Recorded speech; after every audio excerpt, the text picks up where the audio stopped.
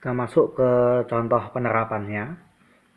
Jadi tadi kita sudah mempelajari konsep integral dari fungsi variabel real dengan nilai fungsinya adalah kompleks.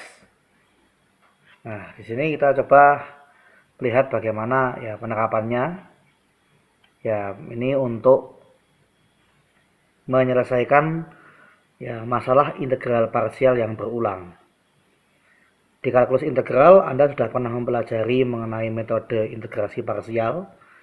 Ya, atau Anda kalau menghafal rumusnya ya integral U kali dV sama dengan integral U kali V dikurangi integral V kali DU. Ya, beberapa ya pada beberapa mungkin semacam bimbel gitu ya. Itu membuat semacam metode cepat ya untuk mengerjakan integrasi parsial. Yakni yang satu-satu bagian itu diturunkan terus menerus sampai habis, lalu yang kolom sebelahnya diintegralkan, lalu ditarik garis diagonal, lalu selang-seling plus minus seperti itu. Itu beberapa cara cepat untuk mengerjakan integrasi parsial. Nah, seringkali untuk menantang eh, para mahasiswa supaya tidak terpancang menggunakan cara cepat, saya seringkali memberikan soal semacam ini. Integral dari E pangkat X cos X dx atau integral E pangkat X sin X dx. Karena di sini cos dan sin trigonometri ya ini turunannya akan periodik ya. Sin jadi cos, terus jadi min sin, terus jadi min cos, balik lagi ke sin, seperti itu. Dan E pangkat X mau diturunkan maupun integralkan juga akan tetap E pangkat X. Akibatnya kalau Anda mengerjakan dengan integrasi parsial dengan cara cepat seperti yang diajarkan oleh bimbel, hasilnya adalah Anda tidak akan menemukan ujungnya. Ya. Sehingga di sini Anda harus benar-benar paham bagaimana penjabarannya dari metode integrasi parsial. Ya, mungkin di kalkulus integral sudah diajarkan bagaimana cara untuk mendapatkan solusinya. Tapi coba kita gunakan dengan menggunakan integral kompleks. Oke, di sini saya ubah variabelnya menjadi variabel t. Ya, di sini saya ubah variabel t supaya tidak ambigu dengan x yang merupakan komponen real begitu. Nah, coba kalau kita tinjau fungsi kompleks ft sama dengan e pangkat 1 plus i dikali t. Seandainya ini kita jabarkan, ini akan menjadi e pangkat t ditambah i kali t, atau ini menjadi e pangkat t dikali cos t ditambah i kali sin t. Atau ini sama dengan e pangkat t cos t ditambah i dikali e pangkat t sin t. Nah, ternyata fungsi yang bernilai kompleks ini bagian realnya sama dengan integral pertama yang mau kita cari, dan bagian imajinernya sama dengan integral kedua yang mau kita cari. Yang satu menjadi bagian real, yang satu menjadi bagian imajiner. Nah, bagaimana seandainya saya mencoba untuk mencari antiderivatif atau integral tak tentu dari ft?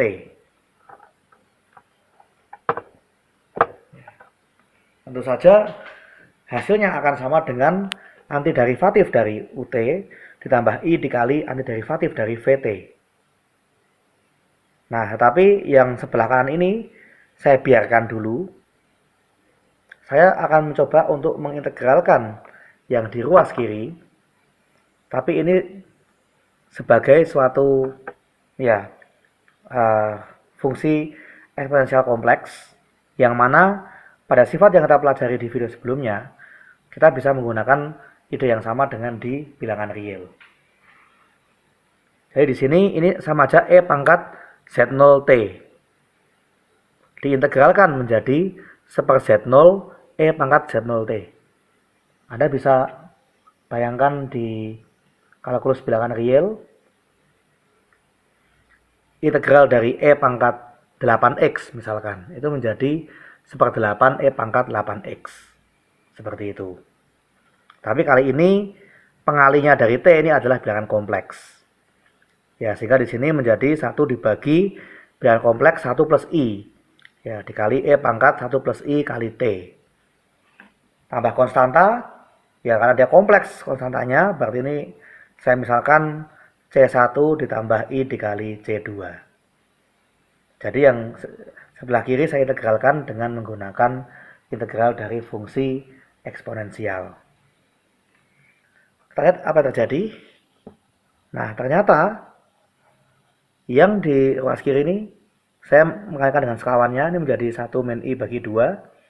Lalu yang ini E pangkat 1 plus I kali T menjadi E pangkat T cos T tambah I dikali E pangkat T sin T. Ditambah konstanta kompleks. Nah, jadi ternyata ini saya menemukan ya suatu bentuk perkalian dari satu fungsi kompleks dengan satu konstanta kompleks. Dan ini hasil kalinya akan menjadi setengah E pangkat T cos T ditambah setengah E pangkat T sin T ditambah C1 sebagai bagian realnya. Saya mencari bagian real dari hasil kali ini ditambah C1 begitu. Dan yang bagian imajinernya menjadi min setengah dikali E pangkat T cos T tambah setengah dikali E pangkat T sin T ditambah dengan C2. Anda bisa lihat di sini. Ya.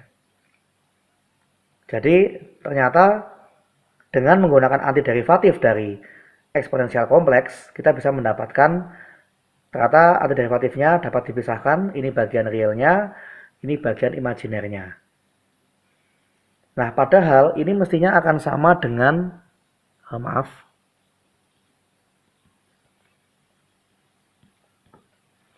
akan sama dengan integral dari E pangkat T cos T dt ditambah I dikali E pangkat T sin T dt. Ya. Jadi yang di sebelah kanan ini adalah penjabaran integral per komponen, sedangkan yang di sebelah kiri adalah dengan menggunakan antiderivatif dari eksponensial. Nah, di sini sudah terpisahkan. Ini bagian real, ini imajiner, ini real, ini imajiner. Dan masing-masing adalah bentuk fungsi atau integral dari fungsi bernilai real. Artinya apa? Kalau Anda menyamakan dua buah bilangan kompleks, berarti yang bagian realnya yang di sebelah kiri sama dengan realnya di sebelah kanan, dan bagian imajiner yang di ruas kiri sama dengan bagian imajiner yang di ruas kanan. Karena itu dua hal yang independen.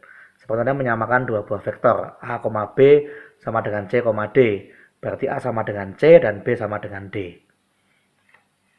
Nah, ini artinya kalau saya mengambil yang realnya saja, saya mendapatkan bahwa integral dari E pangkat T cos T dt ini sama dengan E pangkat T dikali cos T plus sin T dibagi 2 ditambah C1. Karena saya hanya mengambil yang bagian realnya saja dari sini. Dan yang di sebelah kanan ini, yang sebelah kanan, untuk yang imajinernya, berarti integral dari E pangkat T sin T dt akan sama dengan min setengah E pangkat T cos T tambah setengah E pangkat T sin T ditambah dengan C2. Ya, atau ini akan sama dengan E pangkat T dikali sin T min cos T bagi 2 ditambah dengan C2. Nah, ternyata kita bisa mendapatkan ya hasil dari integral E pangkat T dikali cos atau E pangkat T dikali sin dengan memanfaatkan integral dari fungsi bernilai kompleks. Anda juga akan mendapatkan hal yang sama apabila Anda mengerjakan dengan 2 kali integral parsial, lalu Anda ya memisahkan mana bentuk integral identik dengan mana yang merupakan bentuk fungsi. Ya, saya rasa Anda bisa verifikasi ya dengan menggunakan metode yang Anda sudah pelajari di kalkulus integral, mestinya juga akan mendapatkan hasil yang sama. Tapi mungkin ya pengerjaannya bisa jadi akan lebih panjang. Tapi kalau yang di sini dari satu fungsi kompleks saya bisa mendapatkan jawaban dari dua buah integral tak tentu.